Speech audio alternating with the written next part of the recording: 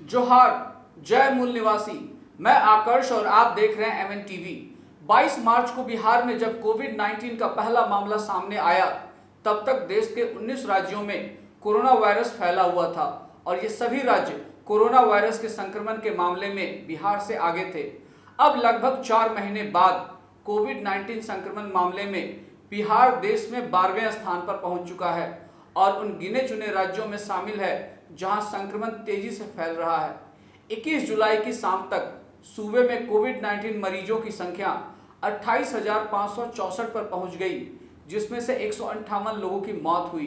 कोविड-19 का संक्रमण यहां इस कदर फैला है कि सीएम नीतीश कुमार के परिजन, प्रदेश भाजपा के अध्यक्ष संजय जायसवाल, बिहार सरकार में मंत्री, विधायक, गृह विभाग के अपर सचिव आमिर सुबहानी, कई डीएम, एडीएम, एसपी तक इसकी चपेट में आ चुके हैं।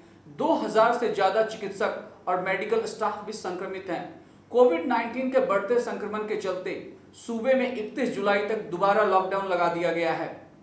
राज्य के मुख्य सचिव दीपक कुमार ने कहा, संक्रमण लगातार बढ़ रहा है, इसलिए सरकार ने लोगों को संक्रमण से बचाने के लिए दोबारा लॉकडाउन लगाया है। कोविड-19 के बढ़ते मामले और दोबारा लॉकडाउन से पता चलता है कि बिहार में कोरोना महामारी बेकाबू हो रही है, लेकिन सवाल ये है कि 2 महीनों के लॉकडाउन के बावजूद बिहार में हालात हाथ से कैसे निकल गए। जानकार इसकी कई वजह मानते हैं। आंकड़ों के अनुसार बिहार में प्रति 10 लाख लोगों में से 2197 लोगों की ही जांच हो रही है, जो दिल्ली, तमिलनाडु, असम, राजस्थान, पंजाब व अन्य राज्यों के मुकाबले काफी कम है। बिहार में जब कोरोना वायरस के संक्रमण के मामले आना शुरू हुए थे तो काफी कम जांच होती थी। 1 मई से केंद्र सरकार ने मजदूरों को उनके गृह राज्यों में पहुंचाने के लिए श्रमिक स्पेशल ट्रेन चलाने की घोषणा की थी, तो बिहार में रोजाना 1000 से 2000 के बीच सैंपलों की जांच होती थी। इस अवधि में संक्रमित मरीजों की संख्या में इजाफा होता रहा, लेकिन टेस्टिंग कम होती थी। 12 मई को नीतीश कुमार ने स्वास्थ्य विभाग को रोजाना 10,000 सैंपलों की जांच करने को कहा, लेकिन इस पर अमल नहीं हुआ और पुराने ढर्रे पर ही सैंपलों की जांच होती रही। 30 जून को नीतीश कुमार ने प्रतिदिन 15,000 सैंपलों की जांच करने को कहा, लेकिन तब तक उनके पुराने आदेश का भी पालन नहीं हुआ। जिस दिन उन्होंने यह आदेश दिया था, उस दिन महज 8,231 सैंपलों की जांच हुई थी। अभी रोजाना लगभग 10,000 सैंपलों की जांच हो रही है, तो भारी तादाद में संक्रमित मरीज मिल रहे हैं। 17 जुलाई को 10,273 सैंपलों की जांच की गई थी, जिनमें से 1,742 लोग कोविड-19 पॉजिटिव पाए गए।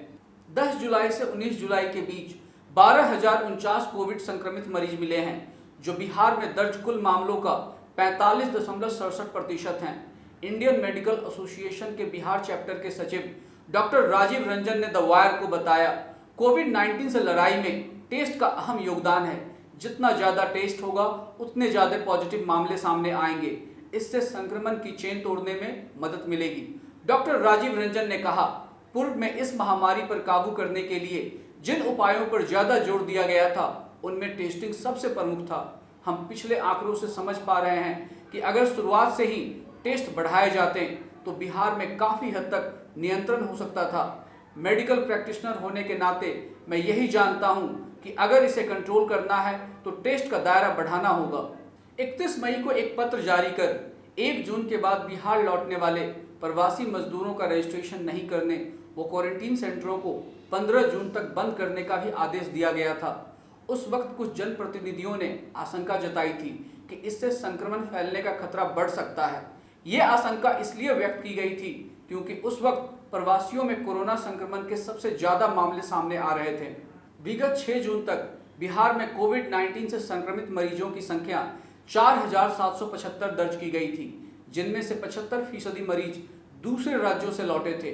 क्वारंटीन सेंटर बंद करने के पीछे सरकार का तर्क था कि जितने प्रवासियों को लौटना था वे श्रमिक स्पेशल ट्रेनों से लौट चुके हैं, लेकिन हकीकत ये है कि प्रवासी मजदूरों का बिहार आना अब भी जारी है।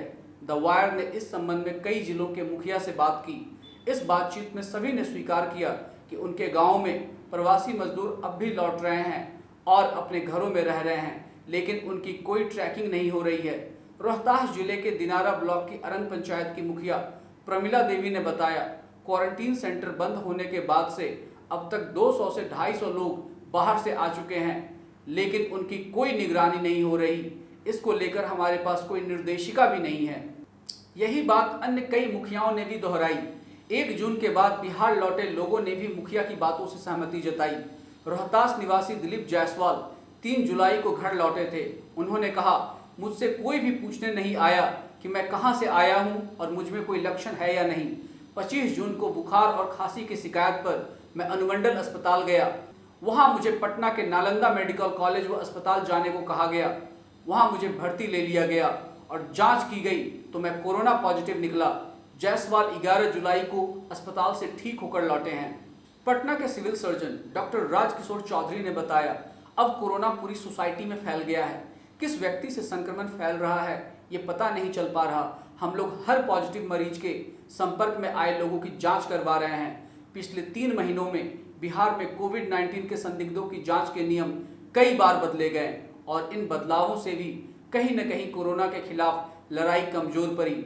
मार्च के चौथे हफ्ते में जब कोरोना का पहला मामला सामने आया तो विदेश से लौटने वालों की जांच की जाती थी और उनमें संक्रमण की पुष्टि होने पर उनके संपर्क में आए लोगों का सैंपल लिया जाता था। जब श्रमिक स्पेशल ट्रेनों से प्रवासी कामगारों का लौटना शुरू हुआ तो नियम बना कि रेड जोन से आने वाले सभी कामगारों की जांच होगी। कुछ दिन बाद इसमें बदलाव किया गया और 11 शहरों से लौटने वाले प्रवासी कामगारों को क्वारंटीन सेंटर में रखने का आदेश दिया गया।